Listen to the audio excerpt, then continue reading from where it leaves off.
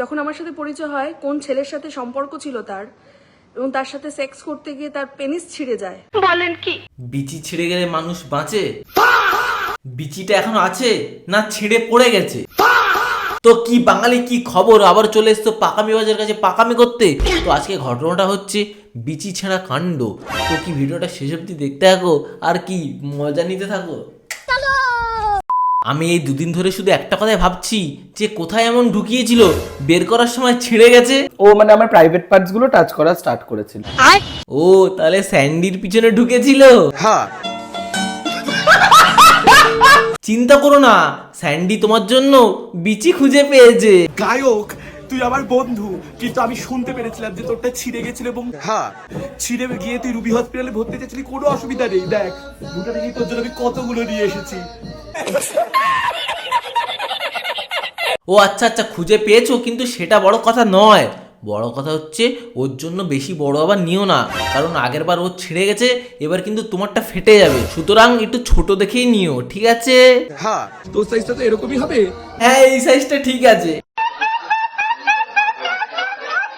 প্রথমে আমাদের বৌদি ডিভোর্স হওয়ার সাথে সাথে এক সপ্তাহের মধ্যে বিয়ে করে ফেলে। বিবাহ অভিযান সবই ঠিক ছিল, এর মধ্যে আমাদের গায়ক বাবা জীবন ফেসবুকে কিছু লিখে পোস্ট করে। সেই দেখে বৌদির মাথা যায় পুরো সাটকে। জানো তো সবাই, যখন বৌদির সাটকে যায় তখন সব দাদাই চুপসে যায়। বৌদি যখন বলল আমি লাইভে এসে সব সত্যি কথা বলবো, সেই শুনে সায়ক ম্যাও ম্যাও করছে। ওর সাথে সেক্স করতে গিয়ে পেনিস ছিঁড়ে যায়, এবং তারপর তোরা হসপিটালে কতদিন ভর্তি ছিল। তোরা যেগুলো নিয়ে ব্ল্যাকমেল করবি বলছিস, আমি নিজে সেটা বলবো আগে, ঠিক আছে? নিজের ব্যাপারে আগে, কারণ আমি শোনা গো আমার খুব কষ্ট যে বলো।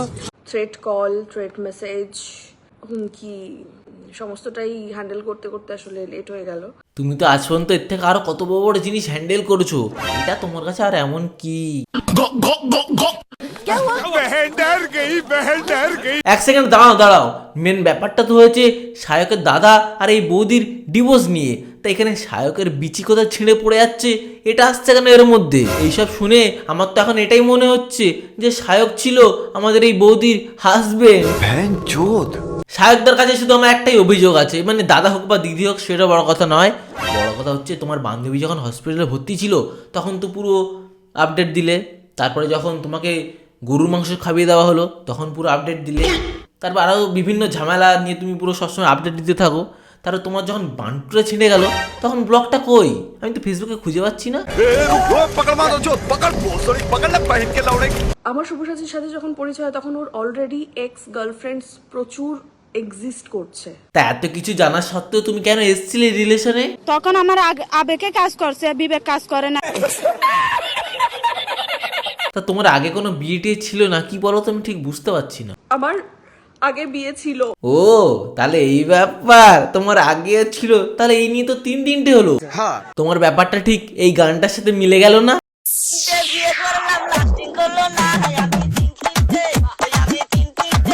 তার পুরনো এক্স গার্লফ্রেন্ডদের সাথে ও সেক্সুয়াল কিছু ভিডিও তুলে রাখতো, যেগুলো আমাকে দেখাতো, এবং সেগুলো ছিল ওর ফ্যান্টাসি। তা তুমি এইসব ভিডিও দেখে ওকে বিয়ে করে নিলে? তা আমার তো এখন এটাই মনে হচ্ছে ওটা ওর না, তোমার ফ্যান্টাসি। লোককে দেখিয়ে সেক্স করতে হবে, ফ্যান্টাসি। ভাই এইগুলো কোনো লজিক? ভাই তোমরা কিভাবে সেক্স করতে আমাদেরকে কেন শোনাচ্ছ? আমরা ভাই সিঙ্গেল মানুষ, আমাদের হাত ভাই ভাই তোমরা কিভাবে সেক্স করতে এসব শুনে আমাদের কোনো লাভ আছে? कौन है ये लोग, कहां से आते हैं? তোমরা তো দেখছি সেক্স ছাড়ার কিছুই বোঝো না।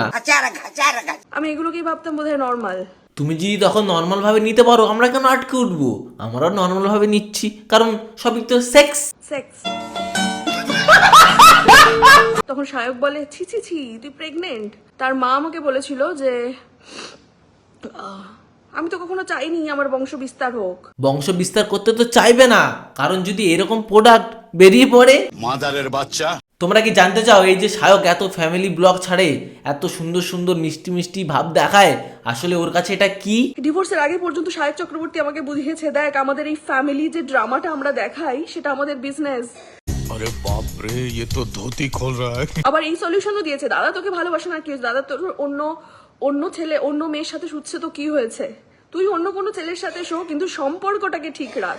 আসল ব্যাপারটা হলো যে কাঠি আর বোতল এক জায়গায় থাকবে, কিন্তু বোতল যাবে অন্য কাঠিতে, কাঠি যাবে অন্য বোতলে। এটাই ছিল ওদের ফ্যামিলি বিজনেস।